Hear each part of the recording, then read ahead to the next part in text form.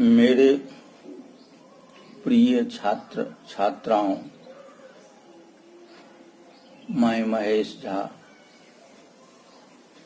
व्याकरण विषयक सहायक प्राध्यापक कीर्ति नारायण कामाख्या संस्कृत महाविद्यालय महरेल मधुबनी आप सबों के लिए अध्ययन हेतु व्याकरण सिद्धांत कौमुदी प्रथम भाग में अजंत पुल्लिंग प्रकरणस्थ पद्दन्नो मास हृन् निशिसन युखन दोखन यकैं छकन नुदन्ना सैंछस प्रभृतिषु इस सूत्राधारित पाठ को प्रस्तुत कर रहा हूँ, जो इस प्रकार है।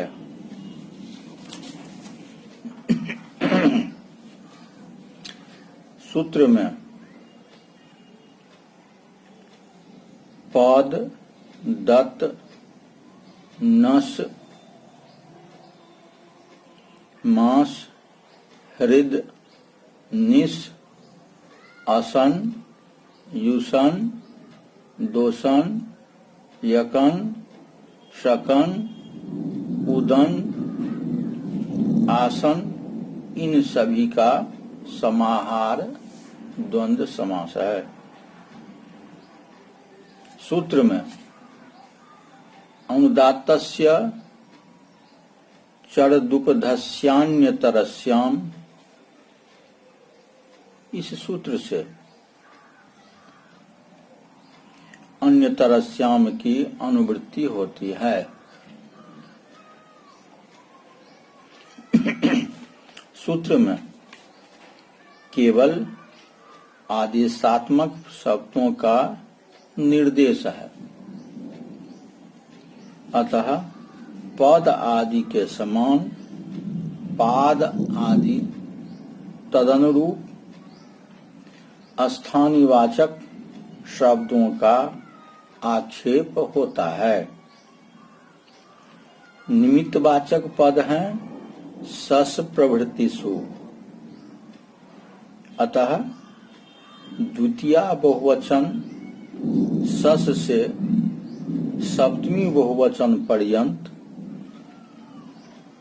पाद को पद, दंत को दत्त,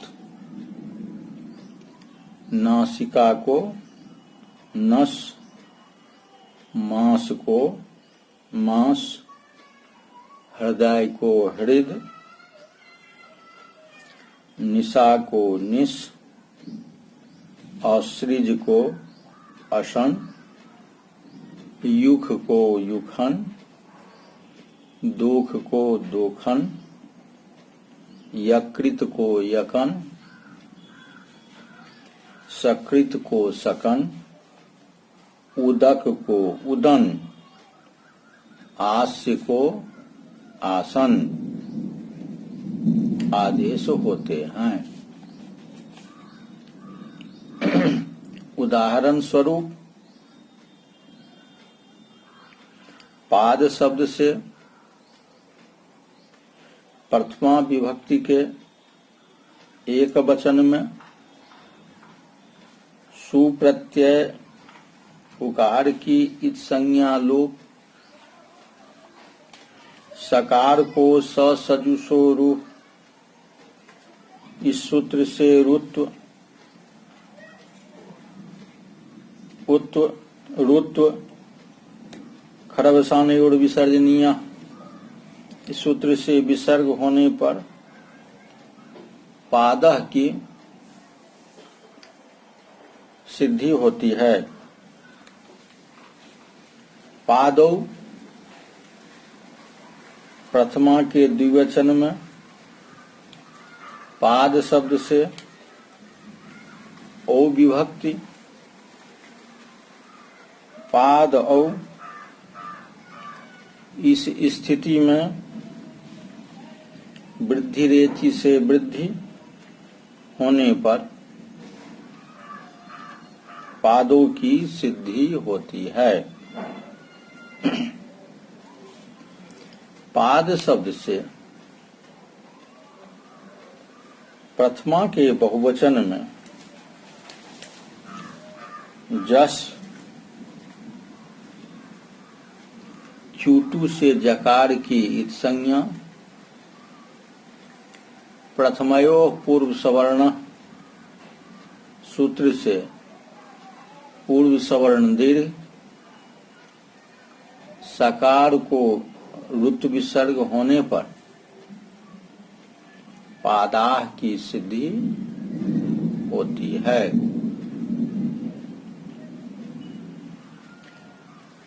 पाद शब्द से द्वितीया के एक वचन में अम विभक्ति अमी पूर्वा से पूर्व रूप होने पर पादम की सिद्धि होती है। द्वितीया के द्विवचन में पादों की सिद्धि पूर्वत होती है।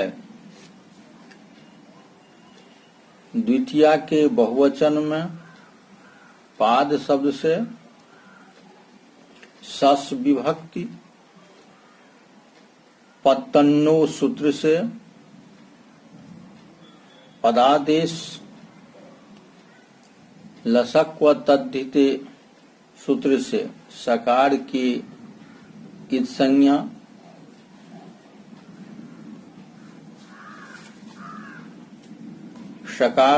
सकार को ऋत विसर्ग होने पर पदः की सिद्धि होती है। इसी प्रकार अन्य विभक्ति में भी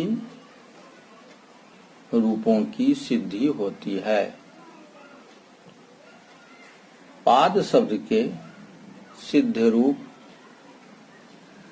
निम्न प्रकार से हैं, यथा प्रथमा एक वचन में पाद, द्विवचन में पादौ, बहुवचन में पादा, द्वितीया एक वचन में पादम,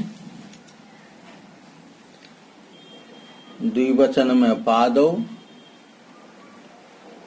बहुवचन में पदः एवं वैकल्पिक रूप में पादान, तृतीया एक वचन में पदा, वैकल्पिक रूप में पादेन, द्विवचन में पदाभ्याम, वैकल्पिक रूप में पादाभ्याम, तृतीया बहुवचन में पद भी, वैकल्पिक रूप में पादे, चतुर्थी एक वचन में पदे, चतुर्थी एक वचन के वैकल्पिक रूप में पादाय, चतुर्थी के द्विवचन में पदाभ्याम, चतुर्थी द्विवचन के वैकल्पिक रूप में पादाभ्याम, चतुर्थी के बहुवचन में पदभ्यः, चतुर्थी के बहुवचन में वैकल्पिक रूप में पादेभ्यः, पंचमी के एक वचन में पदः, चतुर्थी पंचमी एक वचन के वैकल्पिक रूप में पादात, पंचमी के द्विवचन में पदभ्याम, पंचमी द्विवचन के वैकल्पिक रूप में पादाभ्याम, पंचमी के बहुवचन में पदभ्यः, पंचमी बहुवचन के वैकल्पिक रूप में पादेभ्यः, षष्ठी के एक वचन में पदः, षष्ठी एक वचन के वैकल्पिक रूप में पादस्य, षष्ठी के द्विवचन में पदोह, षष्ठी द्विवचन के वैकल्पिक रूप में पादयोः, षष्ठी बहुवचन के रूप में पदाम, षष्ठी बहुवचन के वैकल्पिक रूप में पादानाम। सप्तमी एक वचन में पदी, सप्तमी एक वचन के वैकल्पिक रूप में पादे, सप्तमी द्विवचन में पदोह, सप्तमी द्विवचन में पादयो, सप्तमी बहुवचन में पत्सु, सप्तमी बहुवचन के वैकल्पिक रूप में पादेषु, संबोधन एक वचन में हे पाद, द्विवचन में हे पादो, बहुवचन में हे पादा। इस प्रकार पाद शब्द के सभी विभक्तियों में रूप निष्पन्न होते हैं। यहाँ काशिकाकार आसन शब्द के स्थान पर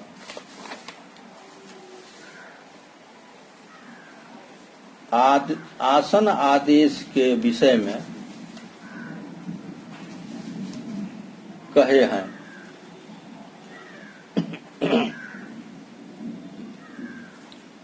वह भ्रममूलक है, क्योंकि हव्याजुहान आसनि,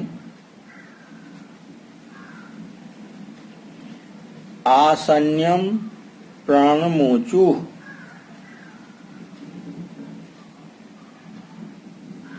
इत्यादि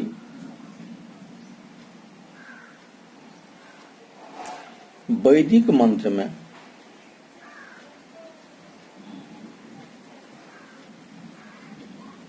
आस्यार्थक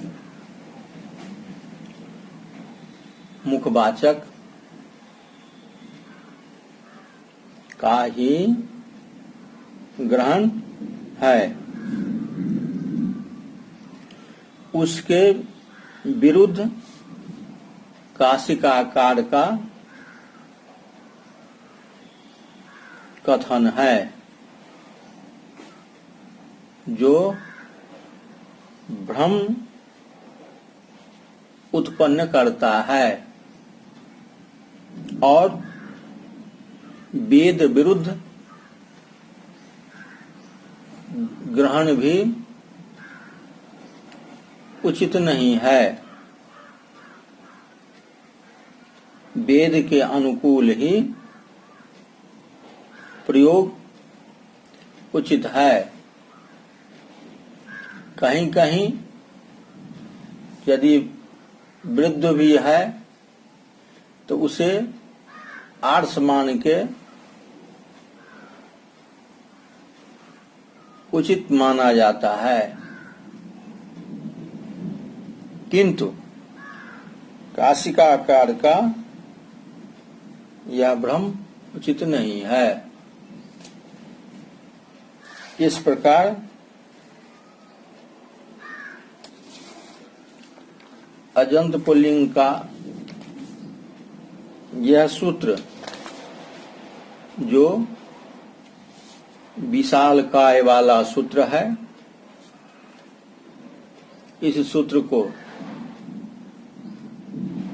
शुद्ध शुद्ध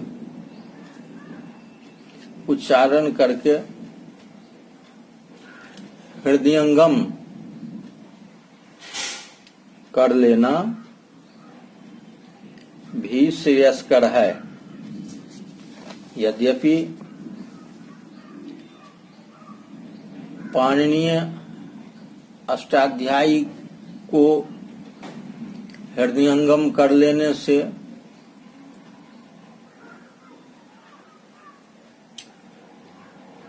वैयाकरण लोगों को उचित स्थान मिलता है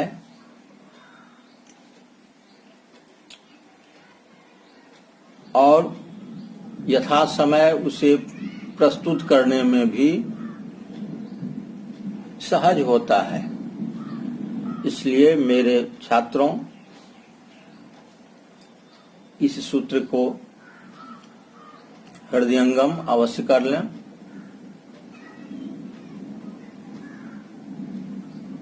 इसके साथ ही यह पाठ अब यहाँ संपन्न होता है। धन्यवाद।